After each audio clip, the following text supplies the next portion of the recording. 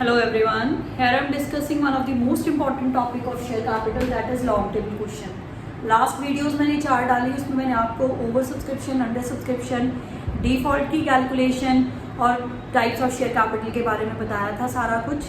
अब ये बहुत इंपॉर्टेंट क्वेश्चन है, लास्ट टाइम फाइनल एग्जाम में भी आया था ऐसा क्वेश्चन, लॉन्ग टेबल क्वेश्चन.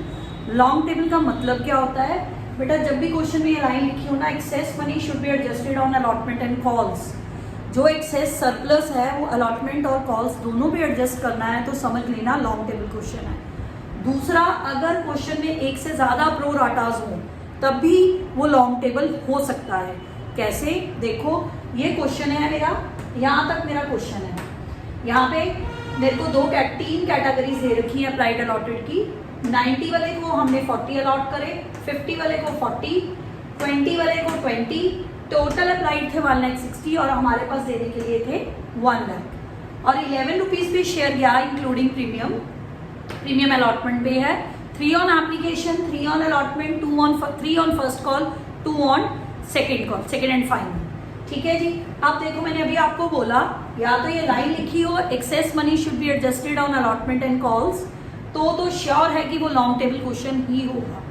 कई बार अगर लाइन नहीं भी लिखी हो तो आप अगर एक से ज्यादा प्रो राटा हो तो हमेशा चेक करो कि सरप्लस आपकी अलॉटमेंट ड्यू से ज्यादा है या नहीं. अगर सरप्लस अलॉटमेंट ड्यू से ज्यादा है तो वो आगे तक पैसा जाएगा, यानी कि एक्सेस मनी कंपनी के पास ज्यादा है, वो अलॉटमेंट पे एडजस्ट करने के बाद भी बच रहा है, तो नेक्स्ट स्टेज क्या होगी? या रिफंड या कॉल्स. ठीक है, तो इसमें तो डायरेक्ट लिख के ही आया क्वेश्चन में कि एक्सेस मनी को अलॉटमेंट और कॉल्स पे एडजस्ट करो. ये तो मेरे को क्लियर है कि ये लॉन्ग टेबल क्वेश्चन है. अगर ये लाइन ना लिखी हो, आई रिपीट, अगर दो प्रोराटास हो क्वेश्चन में, उनका डिफरेंस लेके सरप्लस निकालना, एक्सेस मनी निकालना, सिर्फ प्रोराटा कैटेगरीज की अगर वो आप निकालोगे, ठीक है, और उसके बाद आप अलॉटमेंट ड्यू करके देखना, अगर सरप्लस आपकी अलॉटमेंट ड्यू से ज्यादा है तो वो लॉन्ग टेबल क्वेश्चन है, क्योंकि अलॉटमेंट में एडजस्ट करने के बाद भी मनी बच रही है. या तो वो रिफंड होगी, रिफंड की लाइन लिखी होगी, अमाउंट शुड बी रिफंडेड, तब भी बैंक में जाएगा वो पैसा. अगर ऐसी कोई लाइन नहीं लिखी तो वो नेक्स्ट कौन सी स्टेज होती है? कॉल की. कॉल पे एडजस्ट होगा. ठीक है जी. इसमें तो हिंट है. अभी क्वेश्चन कैसे करेंगे जो मैं आपको बोल रही हूँ कि सरप्लस अलॉटमेंट ड्यू से ज्यादा है. देखो कैसे, अप्लाइड में से अलॉटेड माइनस करो, 50 आ गया, 50 में से 40 माइनस करो, 10 आ गया. इसे हमेशा एप्लीकेशन से मल्टीप्लाई करना है. सर हमें पैसा सिर्फ एप्लीकेशन की स्टेज के मिले हैं. ठीक है, फर्स्ट ऑफ ऑल तो हमें एप्लीकेशन के पैसे ही मिलते हैं ना, तो इसलिए हमेशा सरप्लस जब भी निकालते हो किस अमाउंट से मल्टीप्लाई करना होता है? एप्लीकेशन से. 50 इंटू 3 हमारी एप्लीकेशन थी, 3 से मल्टीप्लाई करो, 1,50,000 और 30. ठीक है, अलग अलग दो कैटेगरी के प्रोराटा है, हमने अलग अलग सरप्लस निकाला, दोनों का डिफरेंस लेके अप्लाइड में से अलॉटेड को माइनस करा, फिर उसको एप्लीकेशन के साथ मल्टीप्लाई करा. क्लियर? फिर मैंने अलॉटमेंट ड्यू करी. नेक्स्ट कॉलम में आप इसको नंबर दे लो, अप्लाइड को फर्स्ट, अलॉटेड को सेकेंड, सरप्लस को थर्ड और अलॉटमेंट ड्यू को फोर्थ. फोर्थ कॉलम है आपका अलॉटमेंट ड्यू. अलॉटमेंट ड्यू हमेशा अलॉटेड शेयर पे निकालना है. हमारे अलॉटेड शेयर है 40. ठीक है, अब हम अलॉटमेंट की स्टेज पे पहुंच गए, किसके साथ मल्टीप्लाई करेंगे? अलॉटमेंट के साथ. आप अलॉटेड शेयर को अलॉटमेंट के साथ मल्टीप्लाई करो, यानी कि 3 रुपीज इंक्लूडिंग प्रीमियम. एक्सक्लूड नहीं करना प्रीमियम, आपने इंक्लूडिंग प्रीमियम ही ड्यू करनी है. 40 इंटू 3, 40 इंटू 3, 1,20,000. क्लियर? इसके बाद से कॉलम असली शुरू होता है अलॉटमेंट एडजस्ट का. ये आगे तक पैसा इसलिए जा रहा है, मैं आपको बोल रही थी. अब ध्यान से देखो, आपकी ड्यू है 1,20,000, आपके पास सरप्लस कितना है? 1,50,000. आपका सरप्लस आपकी ड्यू से ज्यादा हो गया फर्स्ट कैटेगरी का. That's why it is a long table question. अब नेक्स्ट कॉलम बनता है फिफ्थ कॉलम, अलॉटमेंट एडजस्टमेंट. जब भी कोई भी, चाहे कॉल एडजस्टमेंट का कॉलम बनाओ, चाहे अलॉटमेंट एडजस्टमेंट का कॉलम बनाओ, एक रूल याद रखना, सरप्लस और due whichever is less that amount goes to allotment adjustment या एडजस्टमेंट कॉलम में जाएगा.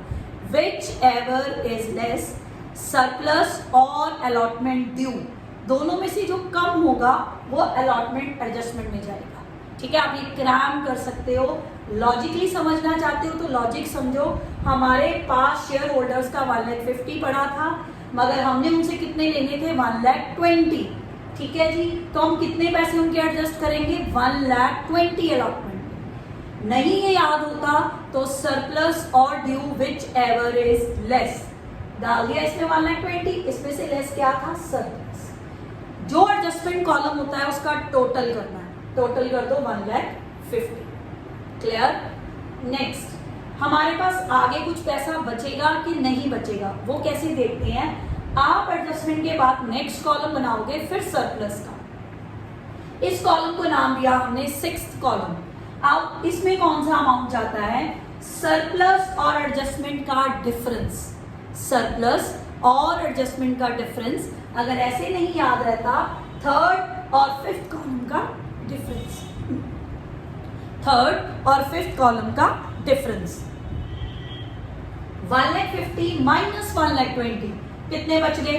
30,000। 1,50,000 माइनस 1,20,000 30,000 सरप्लस बच गया। दूसरा 30 माइनस 30 निल।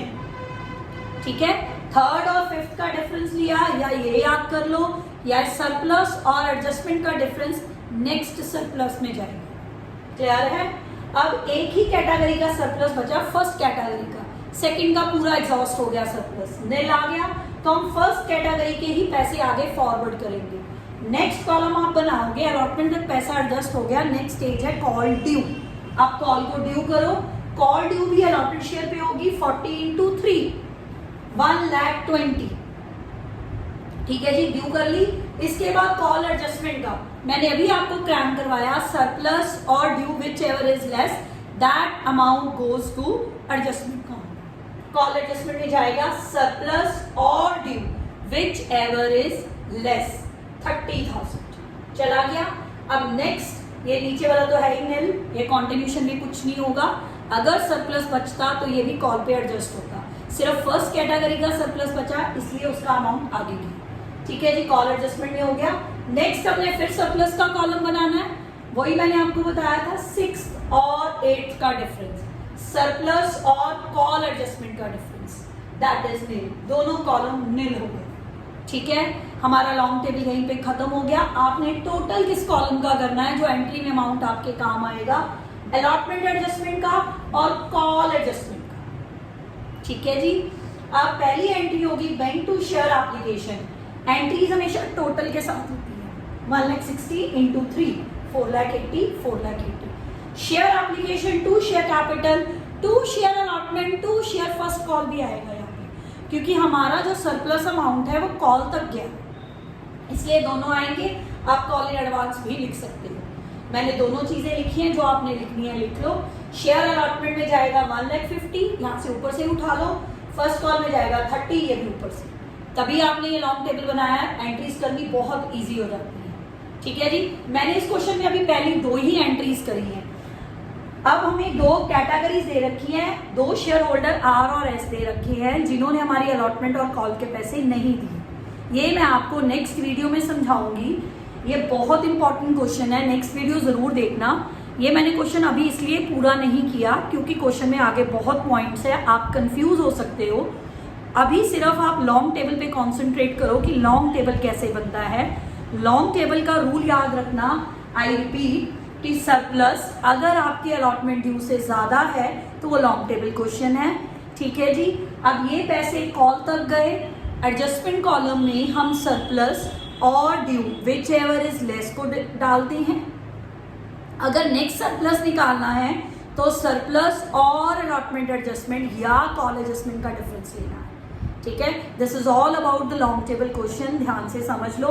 नेक्स्ट वीडियो में ये पूरा क्वेश्चन करूंगी, मैं कंटिन्यू करूंगी। Thank you very much.